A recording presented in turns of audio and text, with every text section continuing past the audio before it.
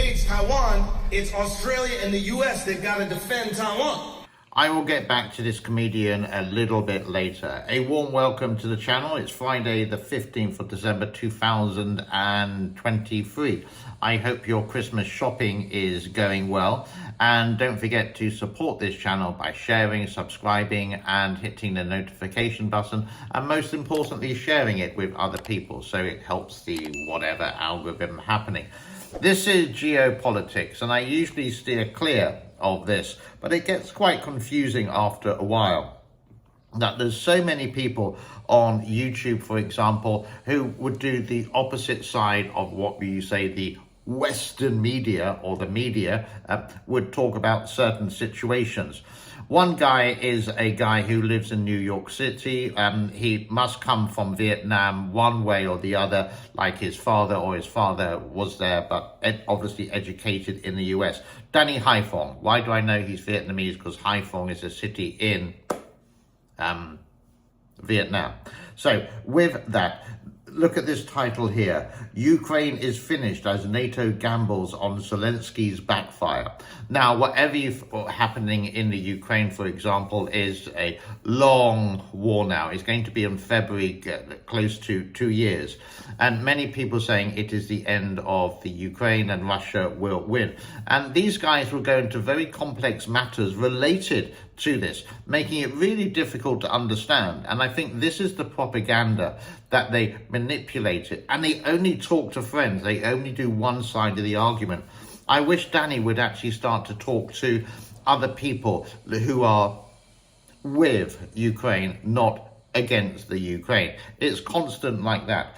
Another one is here. Zelensky shambles as NATO defeat looms. And they've been talking about this for years and years and years, but there is still the conflict in the Ukraine. So it seems like they're talking basically out of their backside. I like people like Piers Morgan, for example. I'm not too sure what network he's on, but he would talk to someone who is against the normal mainstream of things and would make things really complicated and very clever to manipulate.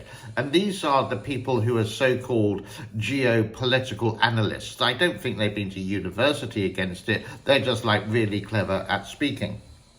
Can I go on? Yeah. Here we go. This is from Reportified Media and Travel. This is a guy, a Canadian guy who lives in Chongqing in China, and always does the anti-narrative of what's happening and makes it all very, very complicated. Doesn't really know how to use a microphone, and he says the next conflict with America. And again, once again, we have this Scott Ritter there live there. Scott Ritter is a criminal and has been convicted of some things which I mentioned before. So again, he doesn't do, let's say, talking to a politician from England, for example, or a person who is pro-Ukraine. Never happens. Oh, sorry, it happened once, but he was a really impolite bully along with some of his friends there, which was absolutely horrible to watch. And they said, ha, ha, ha, ha, ha, ha, ha. So you can see the attitude of these people, that they like to bully because they make it really complicated just for you and I to understand. I will watch it for about 2 minutes, and then as soon as I get confused, I would just move on. Another guy is an American guy who lives in Thailand called Brian Beletic. His channel is called The New Atlas, and he so many times he would do everything against the Ukraine and nothing positive about it, no solutions for peace or anything. It just says Russia is good, Ukraine is bad. I think I sort of covered this before, but it's still going on, and they ramble on for hours and hours. And one time he actually said Thailand has submarines. Well, they don't have submarines. So you have to be really careful with what they talk about. And one more from him as well. This is the picture of him, a very handsome chappy.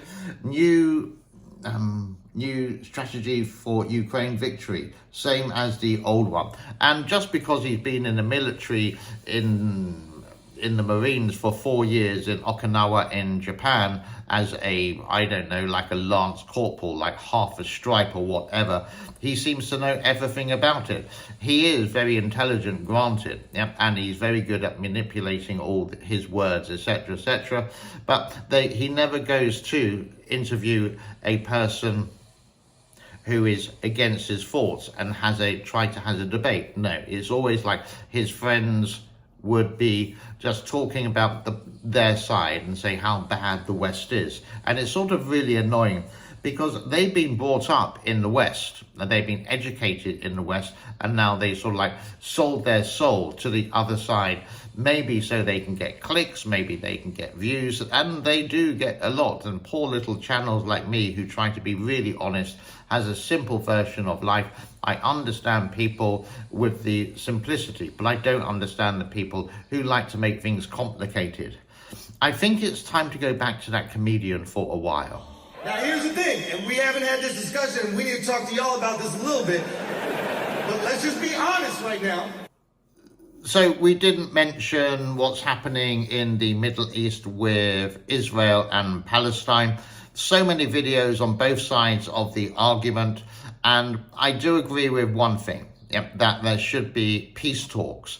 Now, America is against this, the UK is against this, Israel is against this, because they give the excuse, and I can understand the excuse as well, that it gives time for the government, the Hamas government of Palestine, to regroup.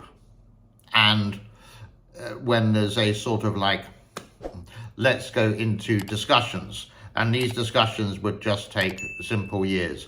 What I do agree with, that Israel should remain there for the Jewish people, and Palestine should be a single state, and that's it, governed by, I would say, a new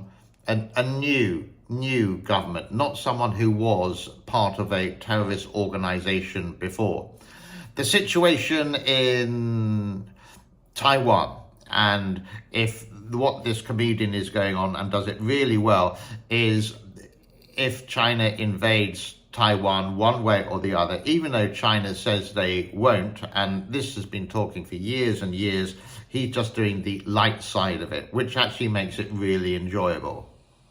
How confident are we that we're going to be able to know who's who, right? Like, so do give it a thumbs up if you are interested in my channel. I don't just do geopolitics. I usually stay far away from it, and I'm sure some people in the comments will say, do stay away, you're totally wrong and you don't know what you're talking about. I have actually been, I do believe I was cyber attacked not so long ago with something, and there were lots of negative comments, but then I sort of sussed it out because I did a poll, and the people who did the cyber attack basically was, well, they didn't go into it, so we actually got the true people there. Let's leave it there for today. Thank you so much for your time. It's something that I can never give back to you. God bless to all. I hope the Christmas shopping is go well. I hope you're going to have an enjoyable Christmas if you are celebrating Christmas, or if not, just enjoy wonderful December. I will leave you with this comedian, and I will wish everyone an excellent day. My name is James. Bye-bye for now. once China touches land, it's going to be the Spider-Man meme. Like,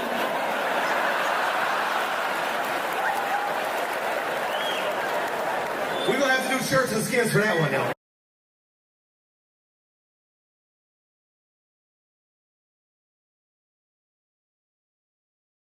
China, you guys will be shirts, obviously, because that's where they're made. And